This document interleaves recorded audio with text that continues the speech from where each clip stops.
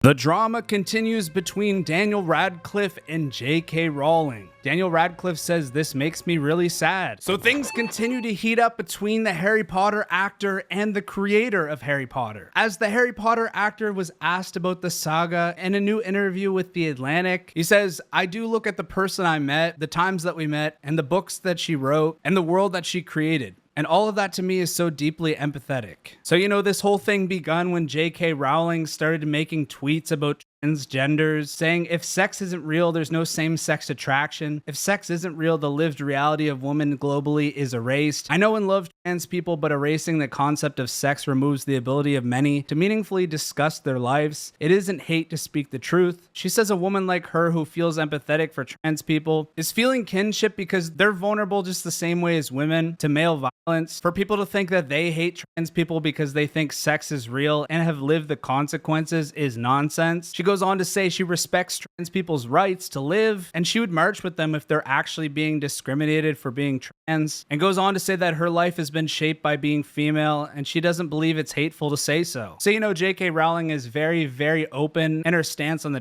trans movement, and the Harry Potter actor Daniel Radcliffe did not take well to this, and neither did a lot of the internet. In 2020, Daniel Radcliffe was amongst the first Harry Potter cast member to speak up in defense of the trans community, writing an essay for the Trevor Project that acknowledged transgender women are women. As you can see here, Daniel Radcliffe was part of this Sharing Space episode 1, and even Emma Watson made her statement known online saying trans people are who they say they are and deserve to live their lives without being constantly questioned or told they aren't who they say they are. I want my trans followers to know that I and so many people around the world see you, respect you, and love you for who you are. She even goes on to say that she donated to a few foundations behind the trans community and promotes others to do the same thing, and ends with happy pride. But her statement is definitely in a vacuum, considering that some of the replies said things like, "I identify as king of the universe and demand that I be treated accordingly." That is literally untrue, but the common concern isn't mainly about them living their lives. It's about them requiring everyone else to do as they instruct. "I am the Queen of England." The list goes on. So after these pretty bold stances that Daniel and Emma made, it was clear that there was starting to become beef between this trio. One person tweeting, "Just waiting for Dan and Emma to give you a very public apology, safe in the knowledge that you will forgive them." J.K. Rowling says, "Not safe, I'm afraid." Celebs who co-side up to a movement intent on eroding women's hard-won rights and who use their platform to cheer on the transitioning of minors can save their apologies for traumatized detransistors and vulnerable women reliant on single-sex spaces. Chill out with the author words. Jesus, it's hard to keep up with this. And then we had the clash of the politics. As you can see, Andrew Tate is showing his support for J.K. Rowling, and we have this person saying alleged rapist and sex trafficker Andrew Tate has joined most of his contemporaries on the far right by endorsing J.K. Rowling and her alternative version of feminism. This person speaks up saying that J.K. Rowling was brave and courageous, and Jordan Peterson replies with 100%. Daniel Radcliffe can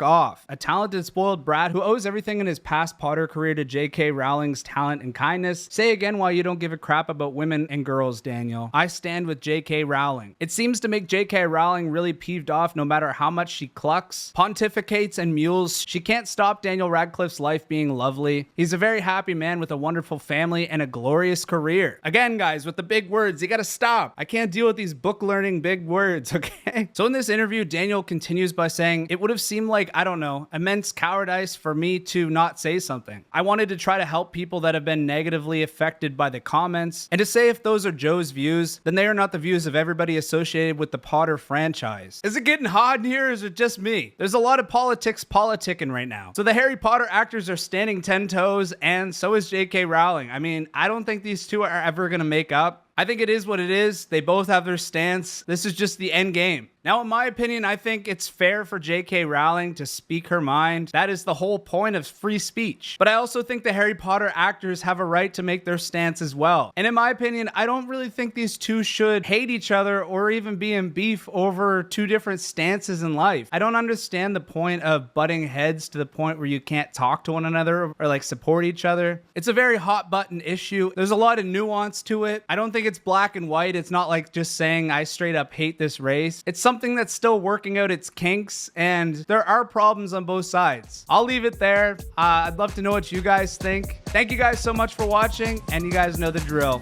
Ta-ta for now.